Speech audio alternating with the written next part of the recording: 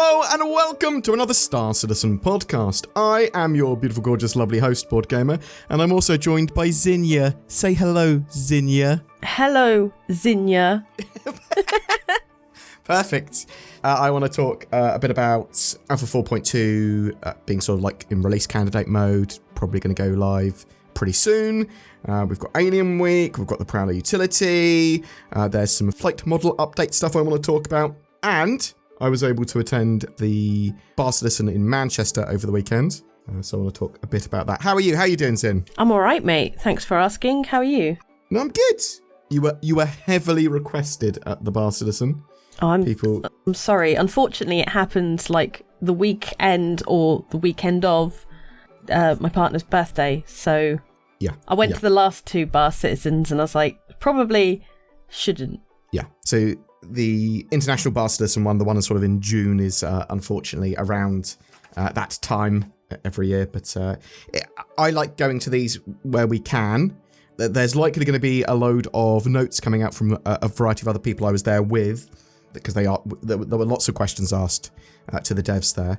Niku and Freya, the community people there that do a load of the CIG community stuff, they were absolutely fantastic there. It was nice to see Disco and people as well. But Chris Roberts turned up, which was pretty cool. And he just came over to me and started chatting to me. I hadn't realised it was him to start with, because I was just chatting to a couple of other, sort of like a few other people.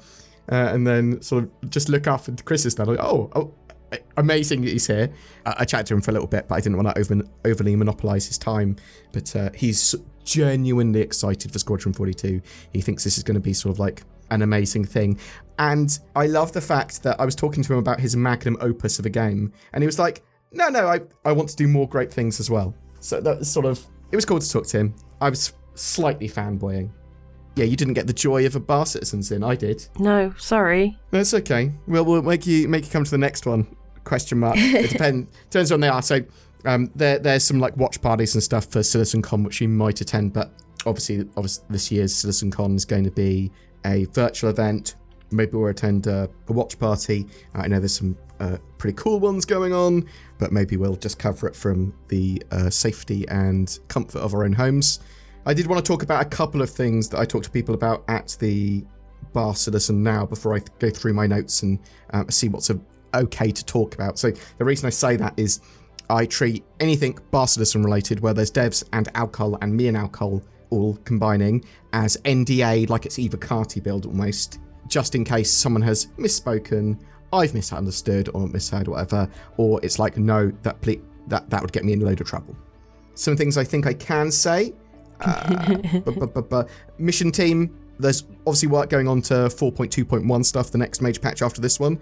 Apparently that has mission stuff for everyone, and a lot of people are going to be very happy with that, because I was asking about, is there going to be stuff for PvE and PvP players? Is there going to be stuff for all levels of player, be they economic, be they industrial, be they combat? And they went, we're planning stuff for everyone in this patch, and a lot of people are going to be happy. So, okay, cool.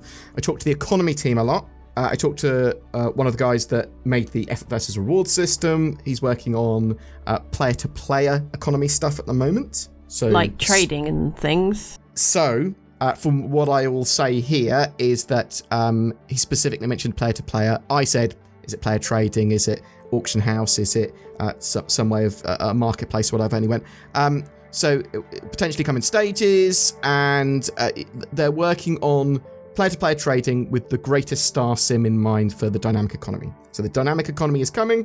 They've got to do a lot of it manually at the moment, which isn't ideal, but there's a lot of people working on, well, I say there's some good people working on that dynamic economy. And yeah, there were 3 key and core members of the economy team there, which I was talking to. I want to see what's tangible in my notes before I just talk about anything more. And one of the other major things that I learnt was happy devs. So this is just in big letters on my book, which is clearly written by a dev when I was chatting to him who stole my book. It just says happy devs, fun games equal money.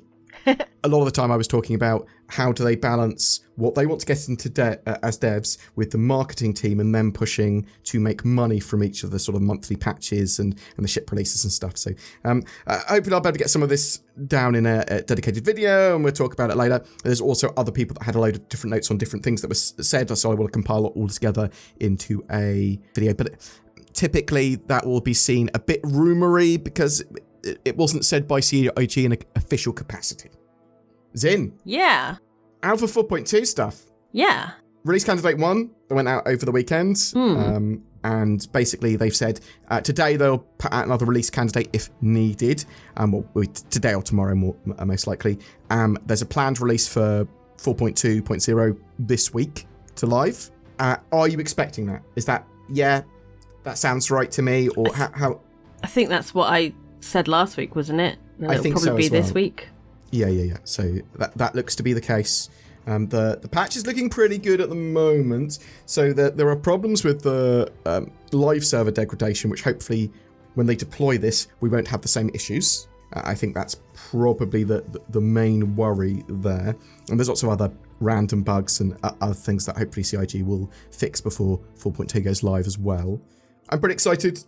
One of the other things I was talking to a load of the team about were like them getting the sandworms in and stuff for this patch, and they were they're glad that people, the backers, are hopeful and excited about the patches now and know that they might throw some curveballs, that they're always able to, especially now with the monthly patch cadence, keep on pushing the excitement and sort of like to keep on moving to the next level with the sort of releases as they build towards finishing off a load of systems and a more dynamic mission system and the Star Sim stuff with the economy.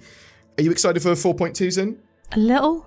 Yeah. Well, like I said, I just want to fight that sandworm, the Apex one. Cool.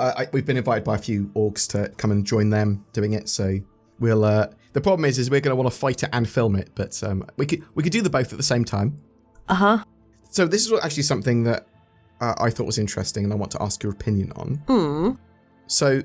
Things like I don't think the Hornet Mark IIs or the Guardians are currently available in in-game shops. Right. They're available in-game to get, and if you bought them for real money, but you can't sort of buy them with credits. They're obtainable for like via Wicklow or via the executive hangar stuff doing contested zones and other activities. Do you think that is a viable and fair and sensible way of getting some ships in the game now? So these are ships you cannot buy with, like, you can't go onto the website and just buy. So you can buy them occasionally, these ships. You can go on the website and buy them with real money. Occasionally. So they're time limited sales with a lot of ships for Star Citizen, time limited sales. They sell them during like the Intergalactic Aerospace Expo or the Fleet Week, but they're not available all the time. Okay. And these ones, they've been released, they're flyable, and typically after 3 months or so, they become available in-game shops as well, so you can buy them with Alpha UBC. But some of these ships appear that CIG are going, they're available in-game to do via Wicklow quest chains or bringing stuff to Wicklow or doing the executive hangar stuff or whatever. Do you think that's a good and sensible system? Do you think that's actually, no, I want to buy it with in-game money? I think they should have both. Yeah. Like, if they want them to be a bit more harder, then make them more expensive in-game shops. But yeah, why not have them as rewards for difficult quests as well? Yeah, both make sense, right? And like you can give the ones that are part of quest chains or whatever, like they do with the executive hangars and Wicklows and stuff, give them military components and like these high-tier components. What I need is, I'm fine with it not being sold for Alpha UEC in shops. I mean, I'd like it to be available somewhere. But what I want is player-to-player trading. As soon as we've got trade, then you will be able to buy these from other people still. And that's what I want from the ICTs and stuff like that as well, right? If you're going to have them in-game and you might not be selling them for credits in-game from ship shops or whatever, then I want to be able to buy them from other players. Alien Week! Yes. You seen the Prowler Utilities in? Yeah, I had a quick watch of the behind the ships or whatever the hell it's called. Yeah, that is what it's called. So Alien Week, there's a alien ship sale on as well, so a little bit different from Fleet Week. Typically no alien ships at Fleet Week. Maybe occasionally some hybrids or whatever. A new variant of the Prowler. It shares the Prowler paints as well, so it is a variant, even though it's fractionally bigger around the belly. It's got smaller weapons. The idea of the Prowler Utility is it goes, I am a cargo ship, but I'm stealthy, and I can sort of swoop in, grab some cargo, and get out before anyone's noticed very quickly and easily. I thought it was pretty cool as a ship. It is a lot cheaper than the normal Prowler.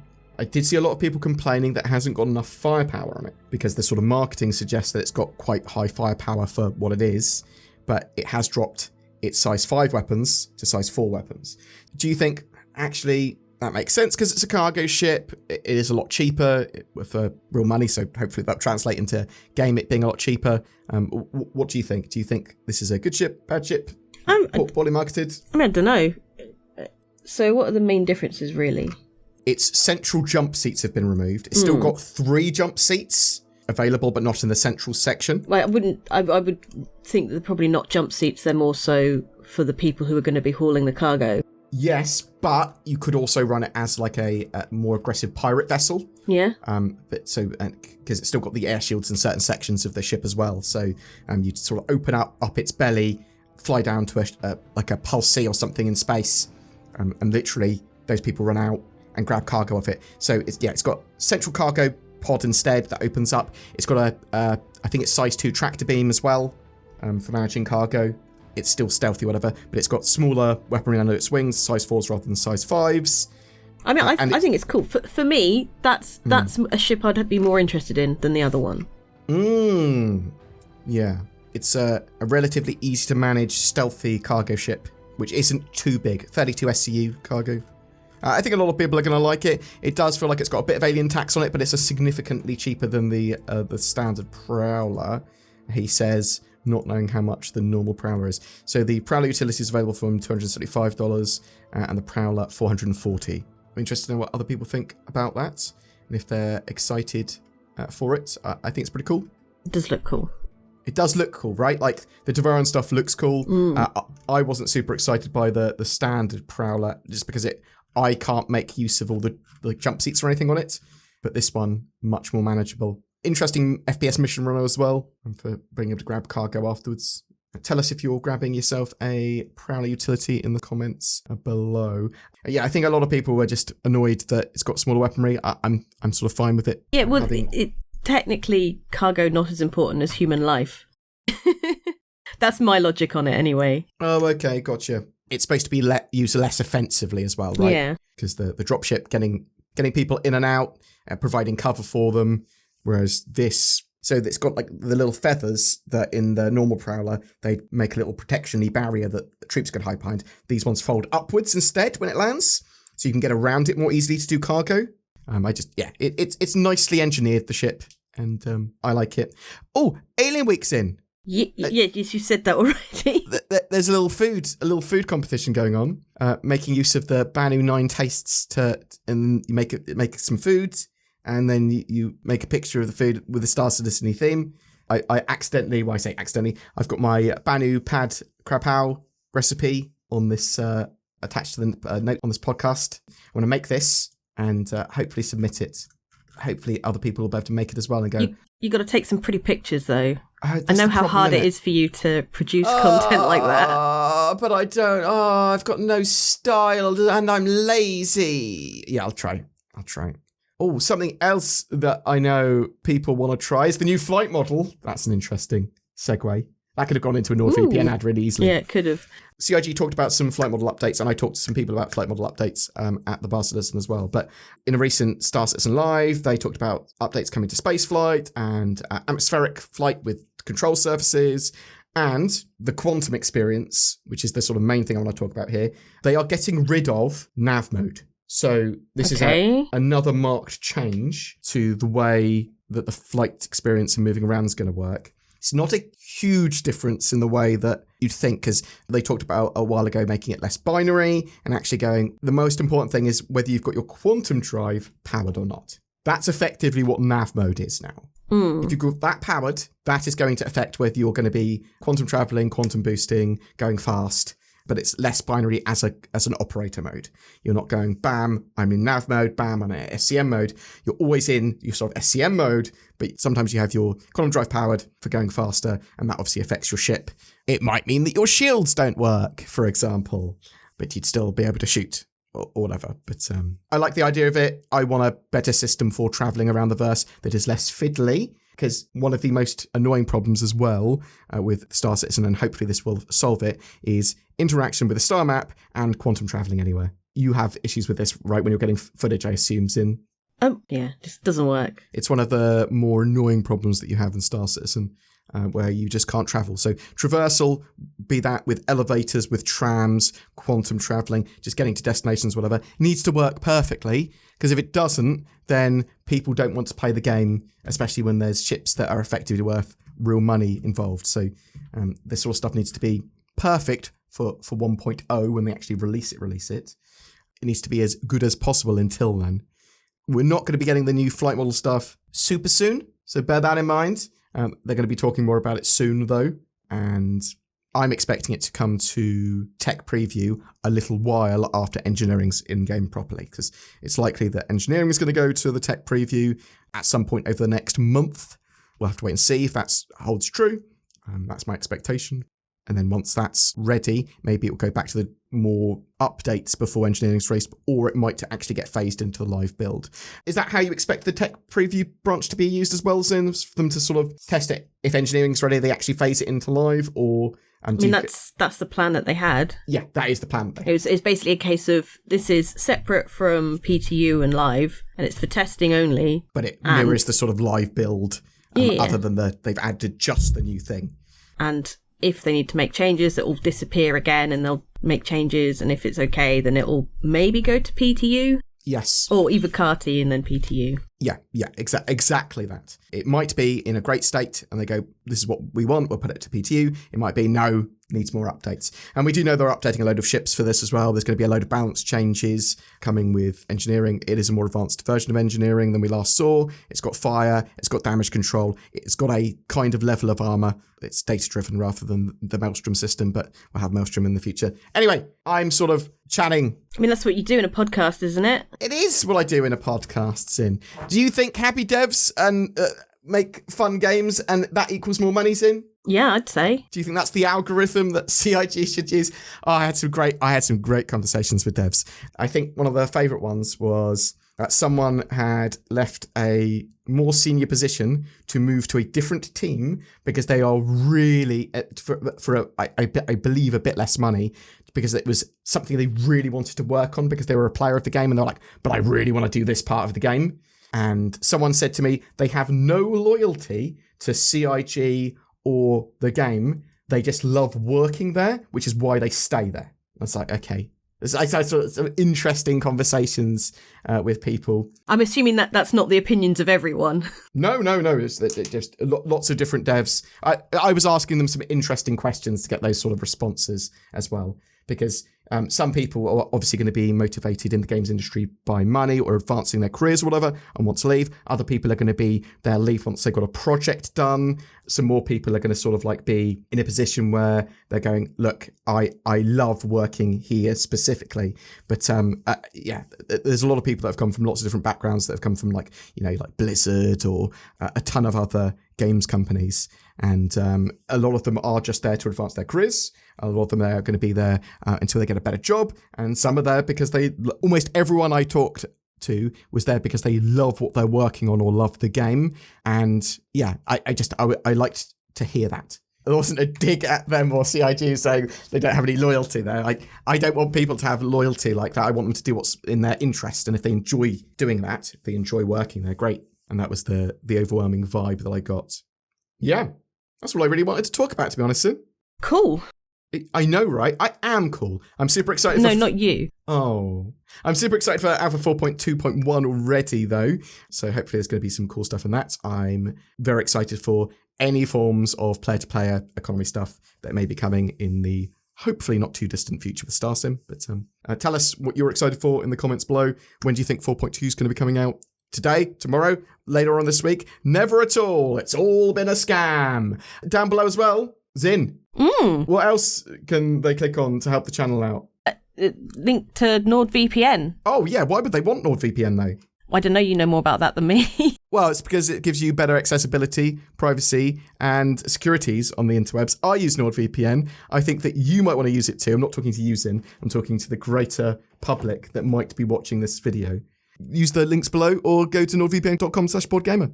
And there's other links down below as well, like, THRUSTMASTER and all that sort of jazz. Say goodbye, Zin. Goodbye, Zin. Perfect.